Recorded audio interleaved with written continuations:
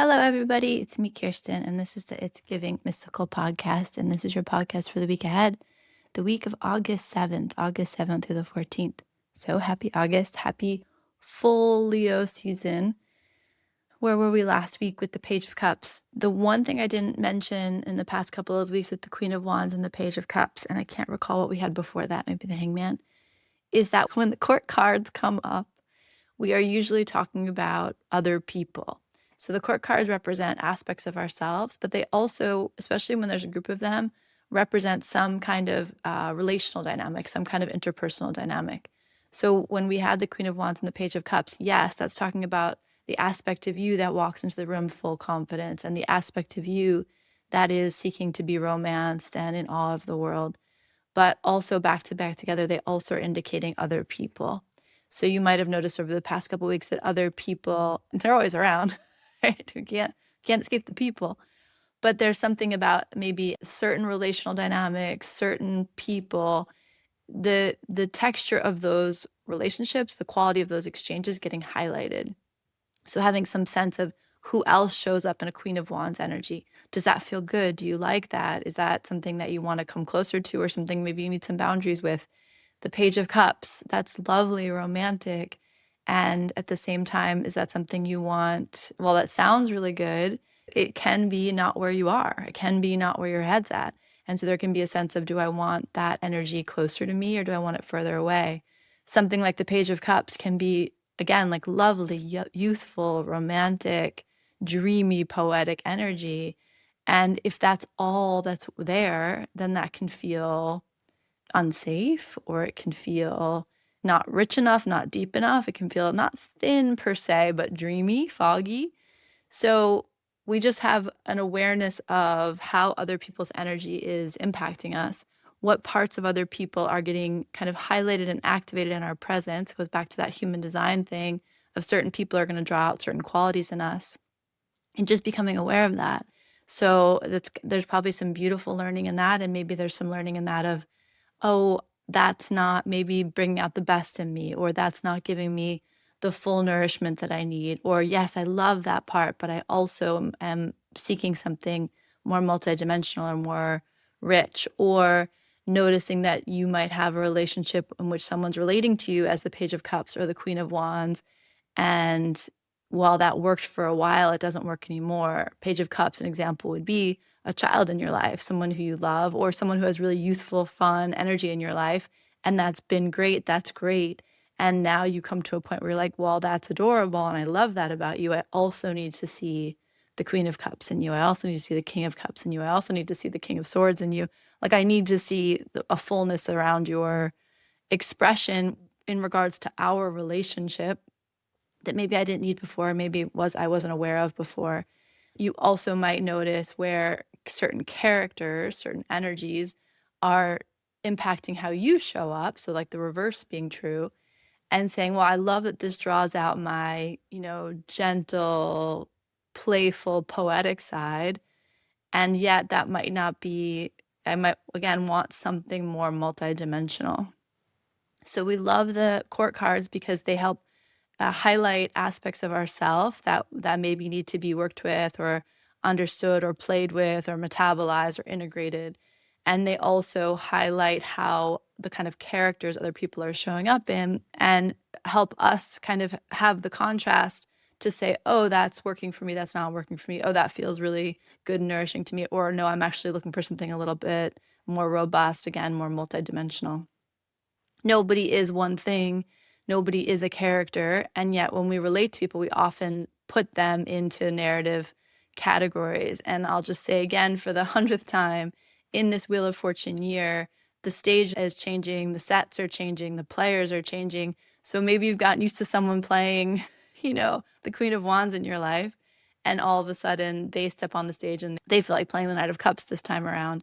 And so you're just going to notice the way the sets are changing, but so are the costumes, so are the characters, and you are changing. And one of the ways you recognize how you're changing is in contrast, right? Is in relationship, is in, oh, I used to know how this felt, and now I show up and it feels a little bit different.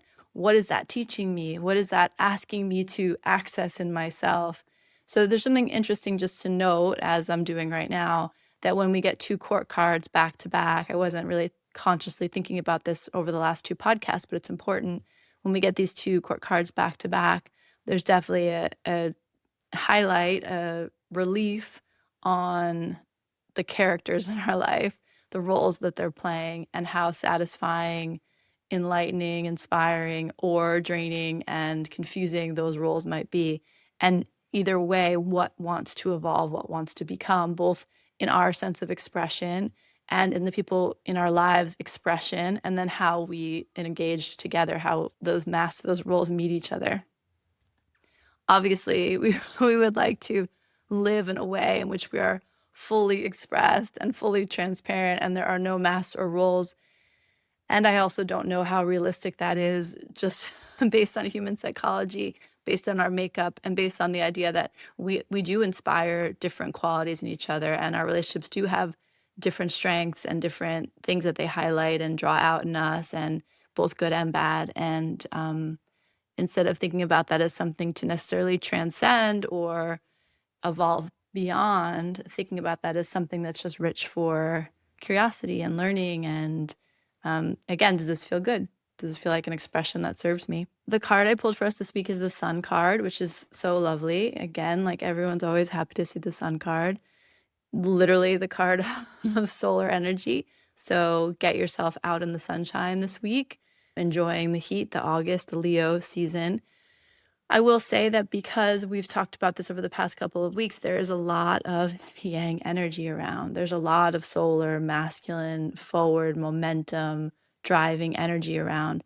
So while the sun is nearly always a positive card, there is a sense of Icarus, maybe just being respectful of the heat of the sun, being respectful of just how strong this energy is. This is the source of life on Earth, right? Don't forget. My dad used to always say, don't turn your back on the ocean. It was one of his famous teachings in terms of growing up on the water. Growing up on the water in Maine, right? The surf there would get really dramatic. And when we were in Portugal this past couple of weeks, I said that to Griffin 100 times because you need to always respect the power of the ocean. You are never in control there. You are never completely sure of what's going to happen next. And while the sun is different, it's not that different. It's a powerful force in our universe. It gives life to the earth. It keeps us fresh and alive and invigorated and well and warm. And so we want to have respect for that, not take that for granted, not underestimate the power of that. A couple of years back, I still don't have any tattoos, but every day I'm like, I think I know.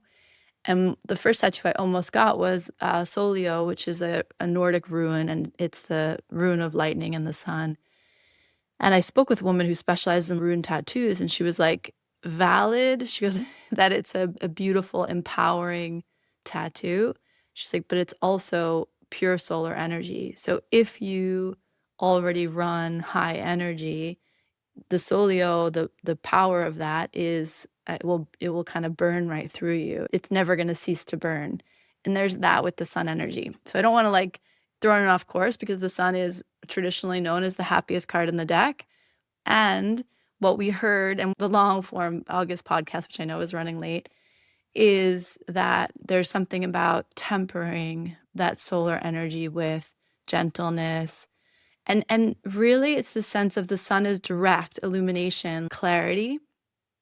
And there can be a way in which we're seeking that out of time. What do I mean by that? I mean that our culture, our anxiety, our egos really want to know what's next. We really want to know what the plan is. We really want to know what our purpose is. We really want to know what we're building towards. We really want to know that things are going to be okay. And this came up a lot with the Huntress in Mystic Rising. But this idea of controlling for outcome, it's one of the most beautiful and most anxiety building things that humans do.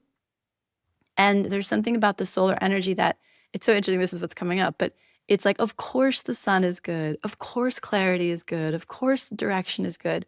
And it is, but we don't want to forget that we're in the strength moon month. And so the moon energy is also in the atmosphere with us.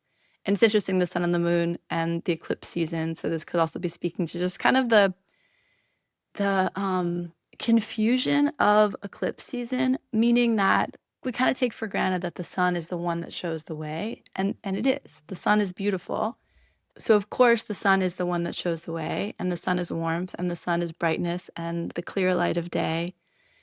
And don't be confused that that's the only way forward, because the messaging we've gotten over this past month is, yes, lots of yang energy, lots of alpha, direct, solar, masculine, driven, all like beautiful, powerful things. And there's something about the detours right now. There's something about not staying on the main path. There's something about the thing that's pulling you off course. And there can be a part of you that's like, dude, I don't have time for this. I can't get off course. This is just like, it's not part of the plan. It's inefficient. It's not helpful. And yet still, there's a little bit of this fogginess. Like, why am I over here? I'm supposed to be over there. And so just remember the power of the moon card. It's the dream space, it's the moonlight, it's the shadows, it's the things that you can't quite grasp, and yet you're pulled towards it, you're called towards it. The gravity of it, the moon pulling on the tides, pulling on our bodies, the desire to howl at the moon. Like, the moon is evocative, it's pulling something from you. The solar energy is feeding you. It's like charging you up, charging you up. And the moon energy is like evoking something from you, pulling you towards a different way.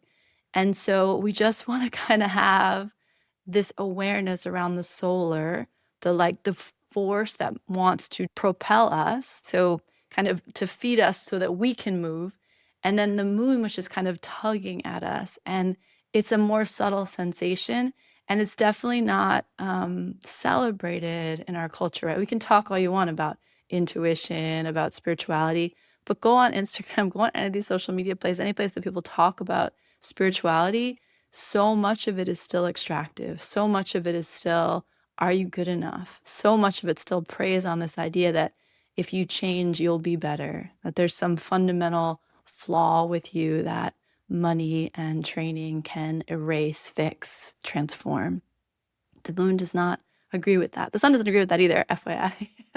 But that desire to self-propel and charge up enough to get it done, that like on purpose all the time energy, that's what she was talking about when she said about that tattoo. At your own risk, tattoo that on your skin, because what you're saying is, I'm going to permanently be charging. And while that, again, sounds good and the culture would applaud that, and that's all about hustle, and that's all about capitalism, and that's all about making it work, there is something in that can go into overdrive, that can be actually depleting, that can kind of run us dry. And there's something about the moon and moisture, so the moon's quiet darkness and that evocative, what is she pulling from you? Where is she pulling you to go? What is she drawing out, and what is she drawing you like through to, is part of what maybe we should be paying attention to. So again, sun card, happiest card in the deck, says to me there's going to be a lot of energy, a lot of heat, a lot of warmth, a lot of you want to go to the beach, this is a great week to go to the beach, right? This is a great week to swim in the ocean. This is a great week to feel a little bit, crispy from a day in the sun. Great week for celebration, a great week for connection. And there's something about, if you're not moving in a straight line, or if you somehow find yourself in detour or off course, or even confused about where the path is, that's okay too. What I would say to you with the sun card is, the sun card is less about like, okay, now we see, let's go, and more about let's just enjoy what is and trust that there are other things happening. Again, eclipse season, the Lionsgate portal, like all of this energy, it is changing. Things are changing. You don't need to be the sole driver of the change. There's so much pressure on us to figure it out. And I would be curious about that this week. I would be curious about that pressure. And I would, as much as you can, let yourself relax into not knowing, relax into the nonlinear, relax into the simple joy and pleasure of the sun versus that solar recharge quality that is just really present in a fire horse year, and I would imagine pretty activated right before we move into this eclipse season. So that's what I got for you for this week. The sun card, beautiful. I mean, no one's sad. No one's sad to see the sun. And, you can get sunburn. So just that's what we're thinking about. We just want a little bit of balance, respecting that the sun and the moon are both here with us right now, especially this week. And the eclipse season is doing something. And this drive forward, this drive to have the answers to figure it out, you can burn out from that. And I'm experiencing that in my own life. I totally get it. I don't mean to say it like you're doing it, because I'm certainly doing it. And I have to kind of keep remembering there are other forces at play, and that sometimes the not knowing is exactly where you're supposed to be. Okay. I send you so much love. I promised there will be an August podcast. It's just late. Yeah, say la vie. I send you so much love, and I hope you get some really warm, nourishing, joyful time this week, because that's usually what the sun card is offering us. Okay, bye.